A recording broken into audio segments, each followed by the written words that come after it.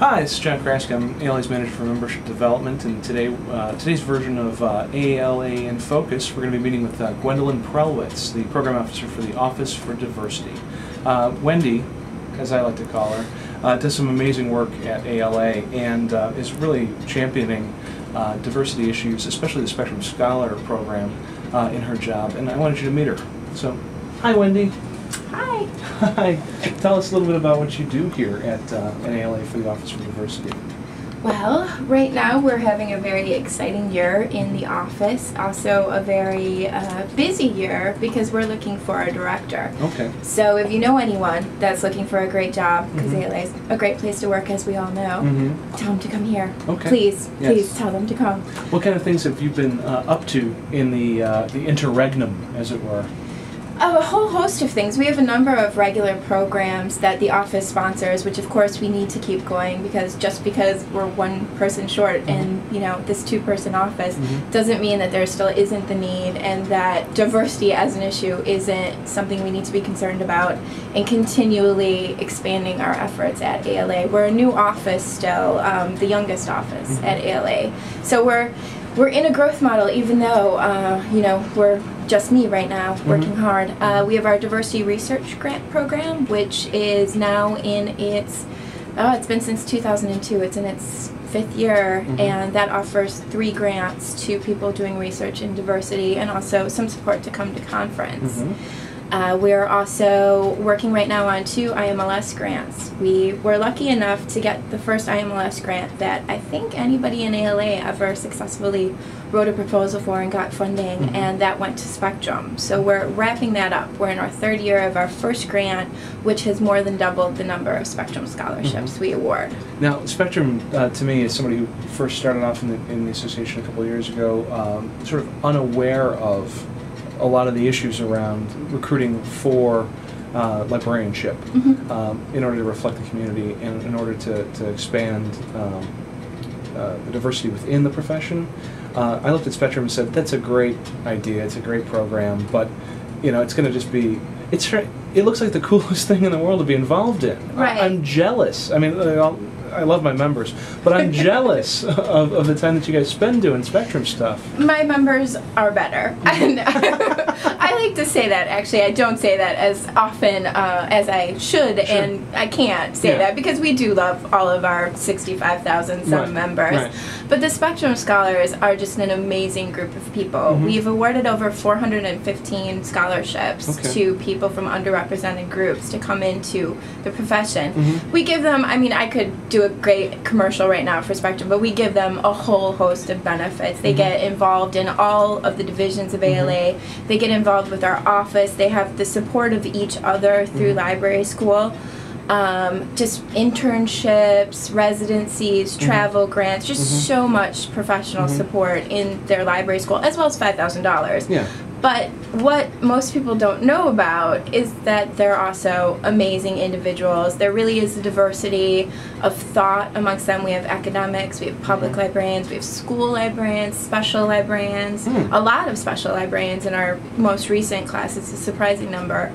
And they're just good people. And library school students, any of us in the building that gets to work with the students, how can we not do what we do and do the work we do when we get to see the future of the profession? And it's pretty great. It looks good. And they know how to, if I can say this, they know how to party. They do. too, yes, and there's some really fun people who are involved in it. Some of the best dinners at conference or at midwinter have been with your Spectrum Scholars that I've had the pleasure to attend. And I've met a couple of them, but who are some of your shining stars, if you will? We have too many. I always feel bad playing favorites, but I will say that, I keep pictures of some of them right here. Oh, yeah? Yeah, this is a little birthday party hijinks, and Corrine Hatcher is one of our, Corey, she goes by Corey, is one of our most recent scholars that just came to Chicago to finish her... Is she going to be cool with you showing these pictures? Yeah, she'll like it. She came to Chicago to do her student teaching. She's finishing up her MLIS at the University of Champaign-Urbana, and is going to be a rock star school librarian, and she's being recruited so heavily because there's just a real need for school librarians, especially school librarians of color. She's worked with the Chicago Public Schools. Amazing insight, amazing energy. and a real commitment to change. So you have more than one photo strip over there. I do. I have a number. This was my birthday party, and this is another librarian. She's a public librarian at Skokie Public. Okay. Not a Spectrum scholar, but if you come to my birthday party, there's just new librarians all around. Yeah. That's nice. It's a lot of fun. Yeah. So what are you guys doing an annual? What aren't we doing? Our biggest event is our Spectrum 10th anniversary luncheon. Okay. So, of course, we want you to come. And that's going to be Sunday from 11 to 1. And Nikki Giovanni is going to be our keynote speaker. Oh, so cool. we're really excited about bringing some people in to hear her and also get the word out about Spectrum. Hoping we can celebrate with the Spectrum family, which is very large and committed, but also introduce some people who've probably been hearing the word Spectrum, but really haven't gotten a chance to meet some of the recipients and hear what we're doing and what our future needs are, which can I talk about those right now? Oh, sure. Lead on in. One of them are also very exciting and also IMLS funded grants that we just got was the Spectrum Doctoral Fellowship. So we're very, very excited to announce the fact that we're going to be fully funding 6 doctoral students this year. We're about to make those names public. Okay. And our Spectrum champions who are going to be at the luncheon, that's a message that they really need to bring out there, is that we need to raise money to make this something we can sustain. We need more faculty of color. We need more library management. I mean, for us to do this change, great, we can bring in all these excited young people and give them all the training in the world and all of the professional laddering, but then they hit a point where are they going to stay or are they going to go? And they usually need to go get the PhD to stay in there, and where's the money for it? So. Sure. And then in terms of your own involvement, I mean, either you get this kind of a job accidentally, or you come into it for a reason. I mean, How did what's I end your up story? here? Yeah, I mean.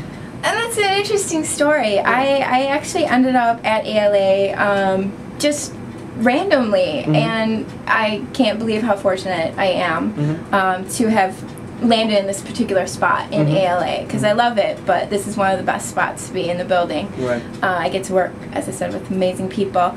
I was doing marketing and selling computers to the government. I actually had some interesting connections with schools and school librarians because I worked on an E-rate initiative to help get funding to schools and to educate schools about how to apply for this money so that they could buy the computers I was trying to sell them. Okay. Exactly. So what a great idea. I was doing that, and then now I'm fighting the filters that the government wants to put on those computers. Right. So I was doing marketing, thought, I love selling stuff. I like convincing people that I have a really good thing here and letting them know about it. But I wanted to do that for something more important than computers. So I looked at moving back to the Midwest. I was out west and decided to apply to a couple of different nonprofits in the Chicago area. Had some offers from other groups, but I met Sandra Balderrama, who was the first director of the Office for Diversity, and I thought, oh, this is this amazing, beautiful person. I didn't even know what I was getting into. I came to make a website for the office and make some print brochures. They had a communications officer position open. And as soon as I got here and saw her, I knew I wanted the job, and she knew she wanted me for it. She brought me in and immediately just said, well, why don't you work on this 3-year report about Spectrum? We need to tell people about it. And so pretty much for the past 7 years, I've been trying to tell people about Spectrum. That's fabulous. Yeah. That's really fabulous.